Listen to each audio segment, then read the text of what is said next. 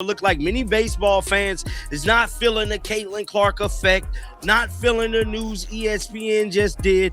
Now, I'm going to be very optimistic with this story, meaning that I'm somebody that covered Caitlin Clark for the last 2.5, almost 3 years, and judging off the state of the WNBA right now, judging off the state of women's basketball right now, I have to keep it real.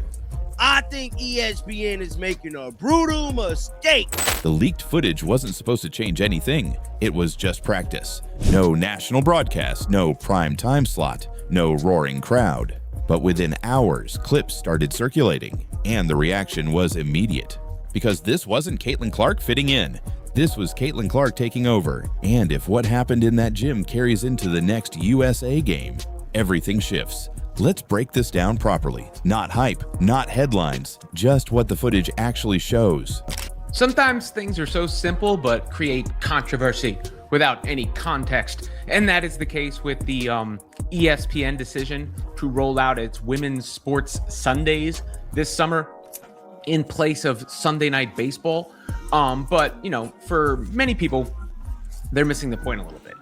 The easy reaction comes because it's like America's pastime, baseball, bros, women's sports, virtue signaling. You know, like you could argue, I suppose, that the branding, you know, women's sports Sundays, that all-encompassing branding could be taken that way, but isn't it okay that women's sports get a showcase? So I don't really see the problem. First possession clip. Clark brings the ball up against full pressure. No hesitation. She signals the set before the defense is even organized. 2 dribbles left. Hard change of pace. Kick to the corner. Immediate relocation to the wing.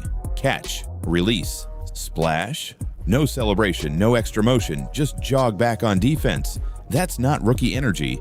That's command. It's going to look like Caitlin Clark continues to put these WNBA players on notice. Guys, we got a lot to talk about in this one. So if you guys didn't hear yesterday, it came out that WNBA teams, for the first time in league history, will be awarded $8 million per team because they finally got enough money to pass around. Now, that is simply because of one player and one player only. That is Caitlin Clark. And command is what veterans respond to. Watch the body language in the clip. Teammates aren't correcting her. They aren't waving her off. They're moving with her. That tells you everything. Normally, when a young star joins Team USA, there's a phase. You defer. You space. You learn the rhythm. You don't disrupt the hierarchy. In this footage, that phase doesn't exist. The single most famous basketball player under the age of 35 years old is Caitlin Clark. The 3 most famous basketball players right now are 41-year-old LeBron James and then 37, 38-year-old Steph and KD. Anthony Edwards, Luka, Jokic, Giannis, those guys have not ascended to that level, and that is the major issue facing the league. Then there's the clip everyone keeps replaying. She's standing nearly 5 feet behind the arc in practice, and the defender still steps up. That's gravity. That's not reputation. That's fear of range. The moment she crosses half court, the spacing changes. You can literally see it. The weak side defender creeps higher. The help defense shades early. The paint opens. One swing pass later, wide open finish at the rim. She didn't even touch the ball on that scoring play, but she created it. That's dominance without usage. That's bending coverage, and she's doing it against elite players.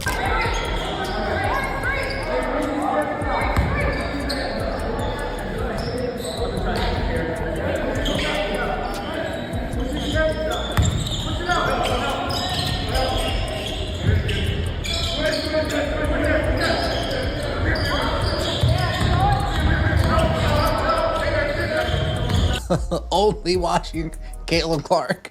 Forget about the rest of the team. We all know who everybody's here for. Let's be honest. Let's be honest. We all know who everybody's here for. Number 17. Number 17. Hey, Nike. I'm telling you this right now, Nike. You better get something ready for that 17. You better be in the lab cooking for that number 17 over here on this Team USA. She's pretty good. This number 17, she's pretty darn good. That's not normal. Then there's the moment that really stands out. Scrimmage segment, clock running, defense forces a late shot, ball hits rim, loose rebound. Clark dives. In practice, on hardwood, surrounded by veterans, weeks before a major game. That's tone-setting behavior. She pops up, pushes tempo immediately, threads a bounce pass through traffic. Lay up. The bench reaction isn't surprise, it's recognition. They know what that means. This isn't someone hoping to contribute. This is someone forcing impact. Now zoom out, because the footage itself is one thing. The reaction to it is another. Within hours, media accounts amplified it. Former players commented, analysts reshared clips, and the conversation shifted from can she handle international play to how do you contain this?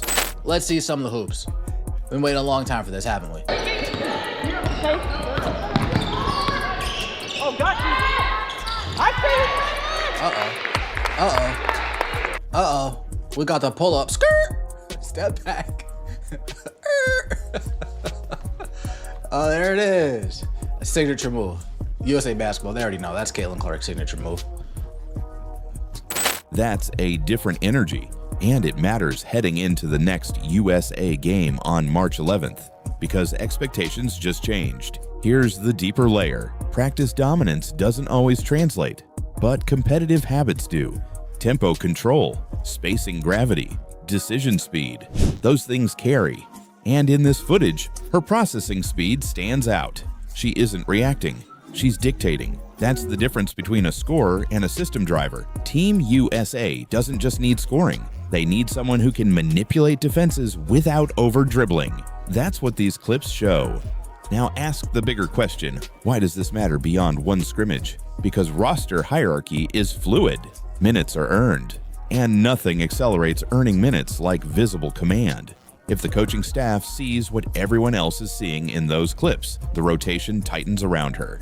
And if that happens in the March 11th game, the narrative flips permanently from exciting young addition to core piece. That's a different tier. There's also a psychological shift happening. Opponents are watching the same footage. They're seeing deep range, quick release, no hesitation. That forces scouting adjustments before the game even starts. And when scouting adjustments start early, spacing opens even more. It becomes self-reinforcing. Compare this to her debut. In that game, she looked composed, controlled, integrated. In practice, she looks assertive. That's escalation. And escalation is what fans feel. That's why this leaked footage is circulating the way it is. It doesn't feel like repetition. It feels like acceleration. And here's the most important part. This wasn't staged. No camera crew, no broadcast angle, no dramatic edit. Just gym footage. Raw environments reveal habits. And the habit we saw was control, intensity, and leadership cues. March 11th is no longer just another USA game. It's a pressure point. If she replicates even 70% of what we saw in that gym, the conversation around Team USA shifts again. And if she exceeds it, we're not talking about development anymore. We're talking about dominance. This is how momentum builds, not with one viral moment, but with visible progression, debut, reaction, practice takeover, next game. That's the arc. And right now, she's ahead of schedule. The leaked footage didn't just show skill, it showed authority. And authority changes expectations. If you're still watching, drop March 11th in the comments. It's good to mix things through the camp. And what I tried to be intentional about was seeing different guard combinations, seeing different forward combinations. And it just so happened that the last day, the combinations I hadn't seen was all the veterans together and all the newcomers together. We're gonna play a 5-minute quarter and we're gonna see who wins it. It's a full game. 5-minute quarter is a full game. 5-minute game. 5-minute game. Hey, let's get this dub. I asked my staff the morning before the last day of practice. I said, I woke up and I thought, let's do this. I said, what do you guys think? And they said, I think that's great. Yeah, Leah. Yeah, Leah.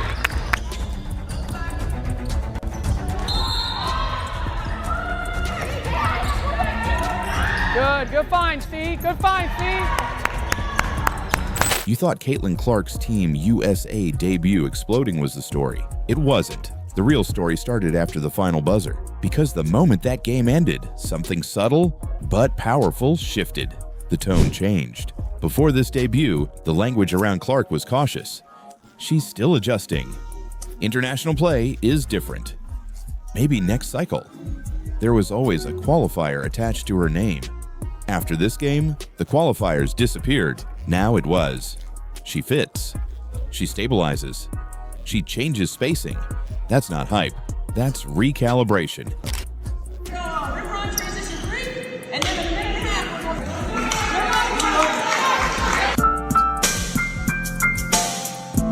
All right, let's just turn that down. I don't want to get a copyright strike on some music.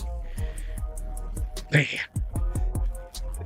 Effortless passer, you know? Just effortless. She just used them guys. I mean, that was easy pickings for her. Kelsey, Plum, way downtown, Caitlin, boom. She knocking down threes, folks. That's a great thing to see. Caitlin Clark knocking down threes. That's fantastic. And recalibration only happens when the film forces it. Watch her first few possessions again. She didn't hunt shots. She didn't rush. She initiated offense calmly, even when defenders picked her up early. There was a possession in the second quarter where she brought the ball up against full pressure, didn't panic, waved off a screen, and delivered a simple cross-court swing pass that led to a clean look. It wasn't flashy, but it was controlled. And control travels. Then came the deeper pull-up attempt. Not forced, not desperate. Within rhythm. That shot stretched the defense 2 steps further than usual. Let's see some of the hoops. Been waiting a long time for this, haven't we? Oh, got you. I Uh-oh. We got the pull-up. Skirt! Step back. Oh, there it is. A signature move. USA basketball, they already know. That's Caitlin Clark's signature move. The next possession, the lane was wider. That's gravity. And gravity changes systems.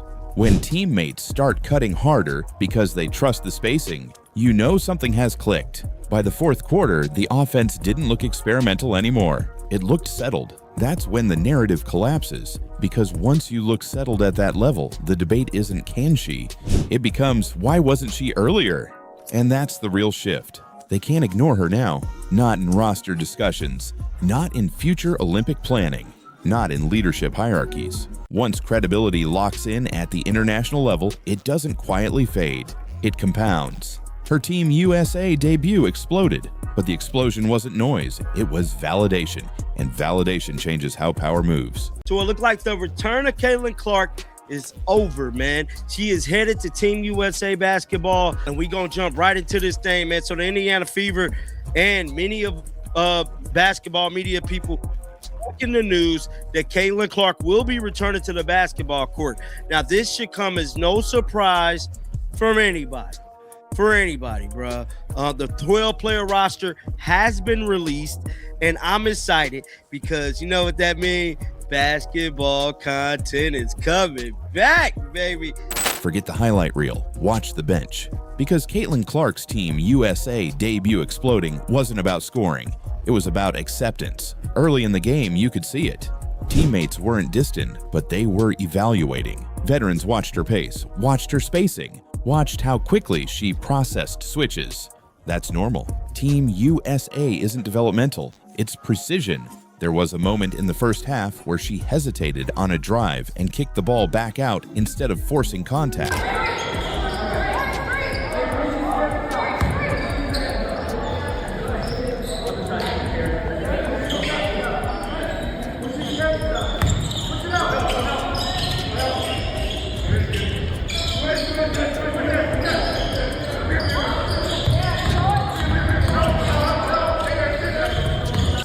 Only watching Caitlin Clark. Forget about the rest of the team. We all know who everybody's here for. Let's be honest. But let's be honest. We all know who everybody's here for. Number 17. Number 17. Hey, Nike. I'm telling you this right now, Nike. You better get something ready for that 17. You better be in the lab cooking for that number 17 over here on this Team USA. She's pretty good. This number 17, she's pretty darn good. That decision matters. Veterans respect restraint.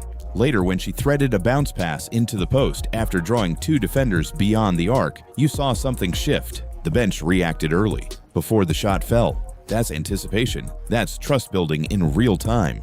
By halftime, the communication looked smoother. Players were pointing to spots for her, not directing her, adjusting to her. That's different. In the third quarter, after she spaced deep on the wing and forced a hard closeout, one of the veterans cut behind the defender and finished inside. The first person to clap on the bench. The player who just scored. That's culture. By the fourth quarter, she wasn't a guest. She was integrated. Post-game body language confirmed it. Direct conversation, eye contact, shared smiles, no forced politeness. Locker rooms don't fake comfort. And once that room decides you belong, everything else becomes easier. Her debut didn't just explode online, it passed the internal test. And that's the part that sustains momentum. We have been waiting quite some time to see Caitlin Clark play basketball. Not only take shots and shoot around, but actually go up against something that looks like competition in an actual, competitive environment. Not just shoot off a rack, not go 1v air, actually play some basketball. And we finally have it. We've waited long enough. The explosion didn't stay in that arena. It traveled, because when Caitlin Clark's Team USA debut exploded, the WNBA didn't just watch, it recalibrated. For months, the league narrative around Clark was carefully framed. Generational score, massive draw, still adjusting. There was always a subtle qualifier attached. She's growing. She's learning. She'll get there. That framing protected hierarchy. It slowed momentum. But international validation changes everything. Because international play removes excuses, different pace, different physicality, different expectations. And she didn't just survive it, she stabilized it. What we got going on here?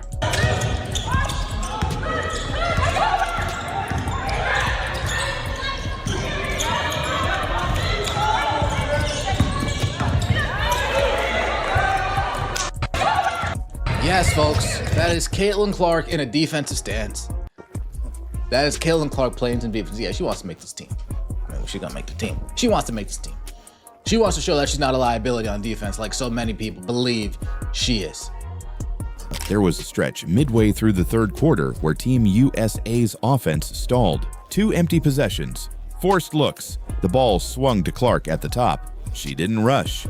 She didn't force. She reset the action, drew the defender higher than normal, and initiated a clean side-to-side sequence that ended in a high percentage finish. That's not highlight material, that's system control. Jackie Young here, Caitlin Clark there playing defense. Immediate inbound, and this is a play that I'm really impressed by. Caitlin Clark, immediate inbound to Jackie Young, bam, bam, layup. And this is they're playing against Kelsey Plum here.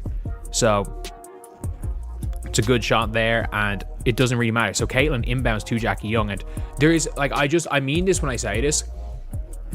If Jackie Young wants to come to Indiana, that is the only circumstance where I think it's acceptable for the Indiana Fever to say, you know what, we don't, not that we don't want Kelsey Mitchell, or that's the only time it's acceptable for the Fever to say, okay, Kelsey Mitchell's not the, not that she's not the priority, but you know what, we have a better player, because Jackie Young is absolutely a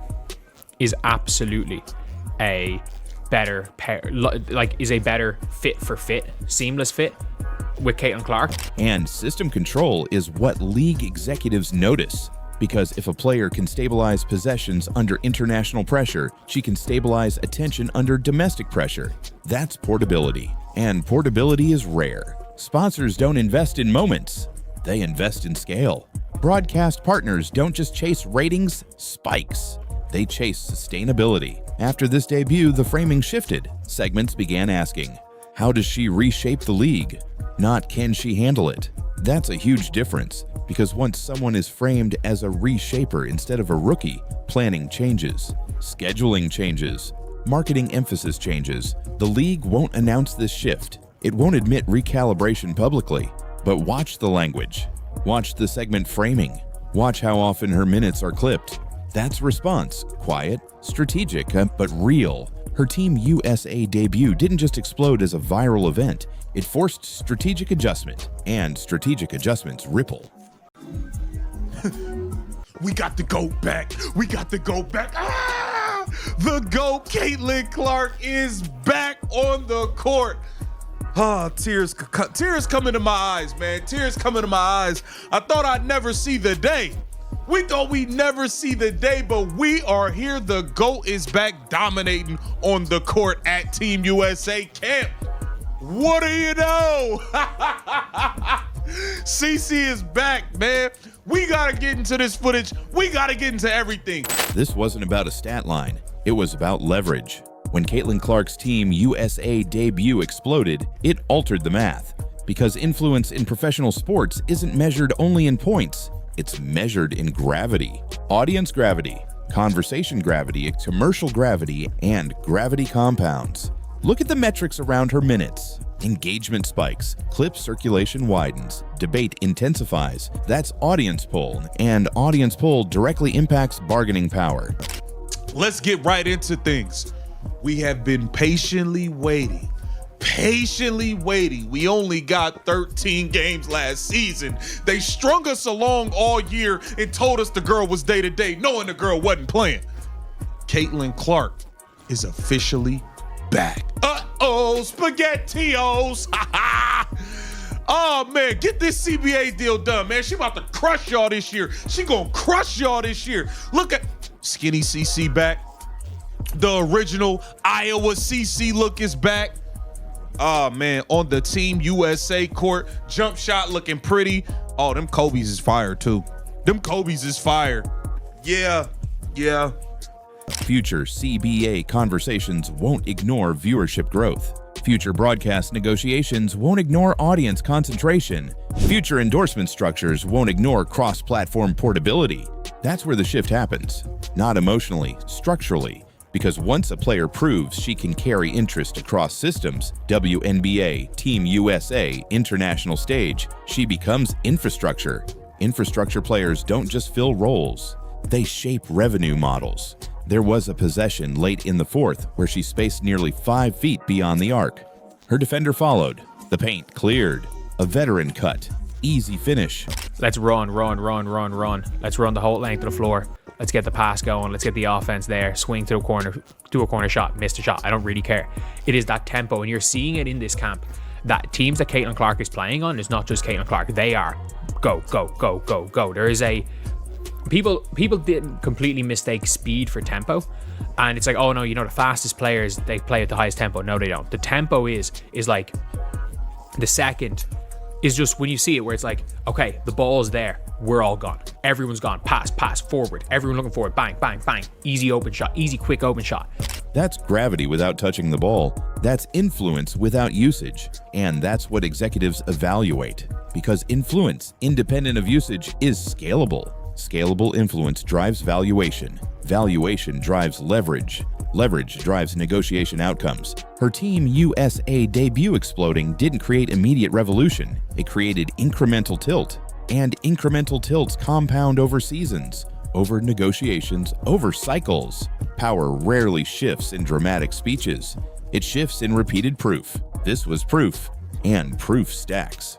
Firstly, I want to talk about this Team USA roster for the 2026 USA Women's World Cup qualifying team. Just so you guys know, I just want to make this clear. This is not an Olympic roster team. This is for World Cup. And this is also for the qualifiers for World Cup. So this is actually happening in March. They said she wasn't ready.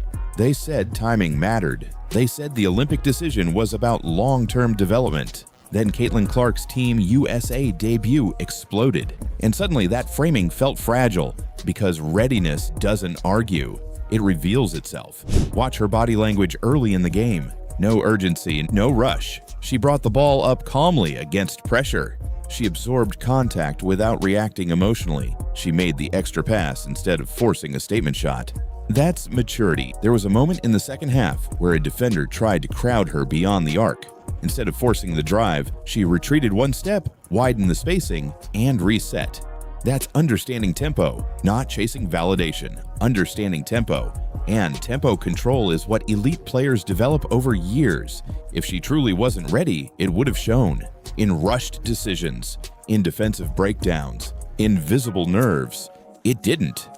And that's where the Olympic narrative weakens, because the original reasoning hinged on readiness. Now, readiness has been demonstrated publicly under global scrutiny. The snub doesn't disappear, but its interpretation changes. It shifts from necessary timing to debatable calculation. And that shift matters long term because legacy conversations revisit moments like this, moments where expectation collided with performance. Her debut didn't scream revenge. It didn't need to. It demonstrated capability, and capability reshapes memory. Over time, the conversation won't center on whether she was ready. It will center on when she was undeniable. And this game might be that turning point. Her Team USA debut exploded, but the deeper impact? It altered historical framing, and historical framing determines legacy. If you made it to the end and you're still watching, drop CCUSA into the comments.